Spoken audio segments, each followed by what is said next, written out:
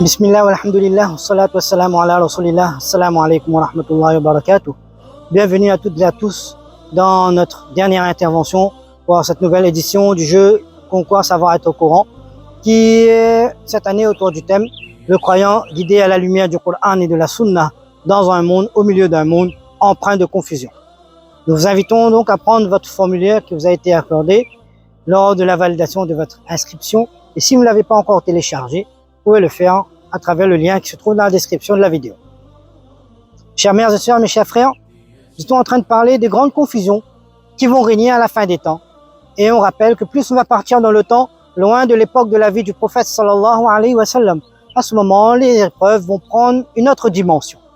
La nature, l'intensité, les fréquences vont changer. Pour cela, Allah subhanahu wa ta'ala, dans le Coran, et Rasulullah sallallahu alayhi wa sallam, à travers ses paroles bénies, nous ont accordé, nous ont donné des consignes bien précises pour pouvoir faire face à ces moments en normes extraordinaires, exceptionnels.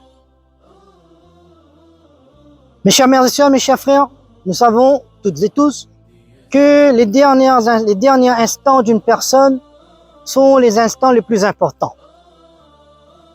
Les paroles, les dernières paroles d'une personne font partie des paroles les plus importantes de sa vie. Le prophète sallallahu alayhi wa sallam nous a fait comprendre à travers un hadith innamal a'malu bil khawatim, que l'importance des actions va se manifester à la fin. Les meilleurs seront pour la fin. Les plus considérés, c'est l'action qui se trouve à la fin. D'ailleurs, les paroles du prophète sallallahu alayhi wa sallam, parmi les plus importantes, elles sont toutes importantes bien sûr, ce sont aussi les derniers conseils qu'il a donnés avant de quitter ce monde. Dernier lors du Hajjatul Wada, ou un peu plus à travers le temps, jusqu'à se trouver dans la chambre, l'appartement de Ummul Mu'minin, Aïcha radiyallahu ta'ala anha. Le prophète sallallahu alayhi wa sallam nous a accordé durant ces 23 années de prophétie énormément d'enseignements. Allah subhanahu wa ta'ala lui-même il sait combien de directives par rapport à cet amour, affection que le prophète avait pour la Ummah, combien de directives il a donné à la Ummah. Il y en avait tellement. Et une fois, le prophète sallallahu alayhi wa sallam, à travers un hadith bien particulier, connu sous le nom de hadith Jibril, qui, selon certains, ce hadith a été prononcé à la fin de la vie du prophète sallallahu alayhi wa sallam et après le Hajjatul Wada.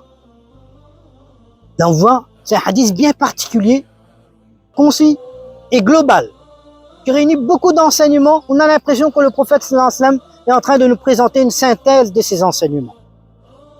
Très rapidement, une fois, Jibril islam, sous forme humaine, se présente auprès du prophète sallallahu alayhi wa sallam. En enjambant les compagnons, il arrive auprès du prophète sallallahu alayhi wa sallam, il commence à poser des questions. En ce sens, le prophète d'Allah, Muhammad, il dit, qu'est-ce que Iman? Le prophète lui dit rapidement, qu'est-ce que Iman? Amantu billah, croire en Allah, wa malaikati, etc., etc. Rapide. Il dit au prophète, tu dis vrai. Muhammad, tu dis vrai. Il continue le questionnement, qu'est-ce que l'islam? Et le prophète sallallahu alayhi wa sallam lui donne des pratiques très simples, qu'on connaît tous. Salah, zakat, jeûne du mois de Ramadan, le hajj, etc. Voyez que dans le résumé, la synthèse, le prophète sallallahu alayhi wa sallam nous rappelle que le dîn est très simple. Les pratiques, quelques pratiques très simples. Les croyances sont des croyances très simples, accessibles et abordables à chaque personne. On n'a pas besoin de grands niveaux d'intelligence, d'un quotient intellectuel très fort pour pouvoir comprendre. Quelles que soient les personnes, quel que soit le niveau qu'Allah leur a accordé d'intelligence, il pourra comprendre les croyances très simplement, croyances du dîn, et il pourra pratiquer le dîn de façon très simple. En fait, nous a présenté comme une synthèse. Troisième question, Jibril demande au prophète sallallahu alayhi wa sallam qu'est-ce que l'ihsan? Là, le prophète sallallahu alayhi wa sallam dit an ta'budallah. Dans une narration, c'est écrit an ta'amala lillah. Dans une autre narration, c'est an takhshallah, c'est-à-dire adorer Allah. Dans une autre narration, c'est que tu agis pour Allah. Et dans une narration, c'est que tu crains Allah comme si tu le voyais. Et si tu n'arrives pas à ce niveau-là, mais le moindre, c'est d'être conscient que lui, il te voit. Ça veut dire quoi? Quand tu agis, que ce soit dans l'adoration, ta'bud Allah, ou quelle que soit l'action que tu fais dans ta vie courante, que ce soit le relationnel, que ce soit dans le professionnel, que ce soit dans le social, que ce soit dans l'éthique, ou que ce soit dans l'adoration, même dans les croyances, n'oublie pas qu'Allah, il te voit. La conscience.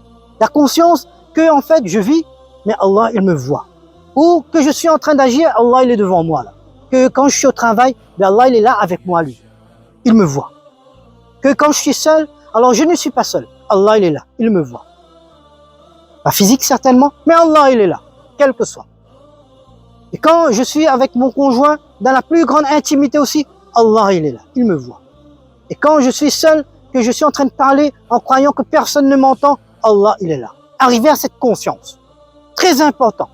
Allah, le prophète sallallahu alayhi wa sallam, a l'impression que lorsqu'il nous présente une synthèse du dîn, une synthèse des droits d'Allah, des droits des créatures, il dit que tu pourras réussir dans ton dîn si tu as cette conscience. Ce qu'on appelle al-ihsan. Maintenant, la question qui suit est très importante. Jibril al-Salam, il continue. d'Allah, quand est-ce qu'aura lieu le jour de Qiyamah?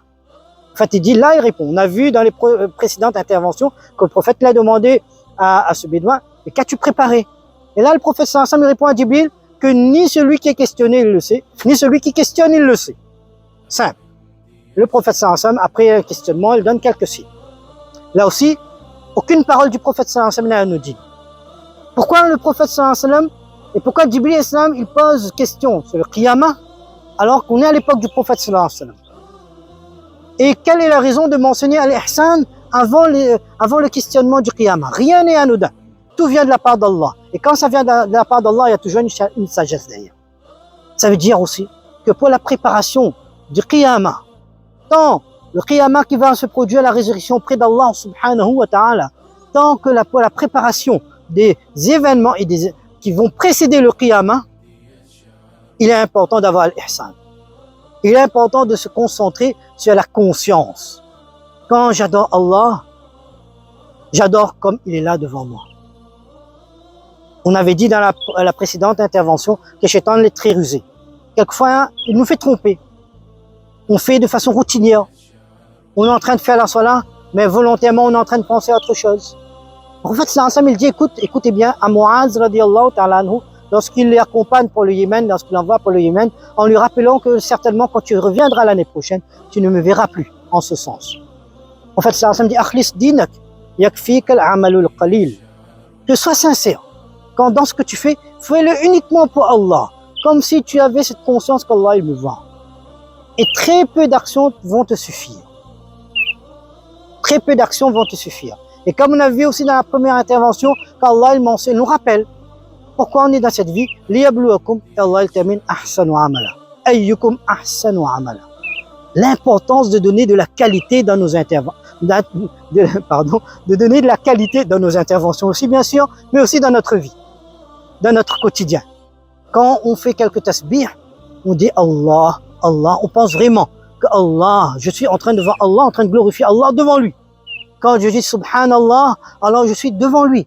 Quand j'accomplis la salat, je dis Allahu Akbar, je croise les mains, je baisse le regard, comme si je suis devant le trône d'Allah subhanahu wa ta'ala, je suis en train de prier. Donnez cette conscience. Quand je pars au travail, alors j'ai l'occasion de tromper quelqu'un. J'ai l'occasion de mentir.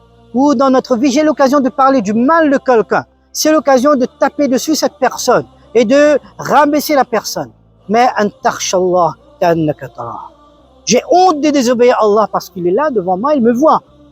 Anta'amala lillah, j'agis. Quand je fais quelque chose, alors Allah il est avec moi. Alors comme si j'avais quelqu'un avec moi, imaginez-vous un instant que si on est avec nous, on est en train de conduire là, et il y a une voiture de police, de gendarme qui est à notre côté. Est-ce qu'on va oser enfreindre les limites de la vitesse? Jamais.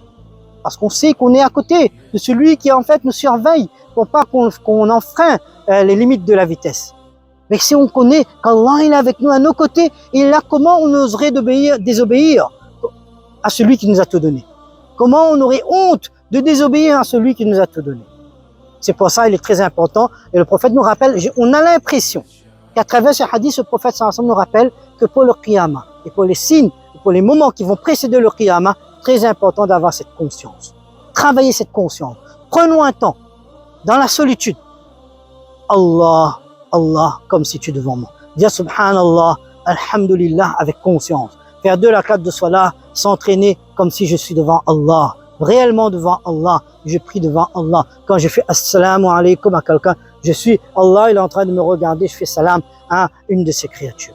Donc voilà, en résumé, quelques moyens, il y en a encore beaucoup d'autres moyens pour se préparer pour ces événements que le prophète nous a annoncés et qui seront à venir sans aucun doute et avec certitude. D'autres moyens, rapidement pour les citer, Allah subhanahu wa ta'ala dit dans le Coran وَكُلًّا نَقُصُّ عَلَيْكَ مِنْ أَنْبَاءِ الرُّسُلِ مَا نُثَبِّتُ بِهِ فُؤَادَكَ. Très important de lire, ça paraît banal les récits des prophètes précédents. On entend le prophète Youssouf, le prophète Shuaïb, le prophète Houd, etc. On a l'impression qu'on a toujours entendu des récits très simples. Mais le prophète, Allah subhanahu wa ta'ala dit de lire les récits des prophètes, et particulièrement celui de notre prophète sallallahu alayhi wa sallam, le cœur va rester ferme sur la droiture. Deuxième chose, وَلَوْ أَنَّهُمْ فَعَلُوا مَا يُوعَظُونَ بِهِ لَكَانَ خَيْرًا لَهُمْ وَأَشَدَّ تَثْبِيتًا. Pratiquez ce qu'on connaît. Pratiquez ce qu'on connaît. On connaît que la salat est obligatoire. Pratiquons-les. Pratiquons la salat. On connaît que le jeûne. Qu'est-ce que le jeûne? Et quelle est la nature du jeûne? Faisons le jeûne. On connaît qu'il faut avoir de bonnes relations avec les gens. Pratiquons ce qu'on connaît. Allah subhanahu wa ta'ala dit dans le Coran, il n'y a pas meilleure de chose que de pratiquer ce qu'on connaît. Et c'est la meilleure façon aussi, l'une des meilleures façons, pour garder le cœur ferme. Et pour terminer, il y en a encore d'autres.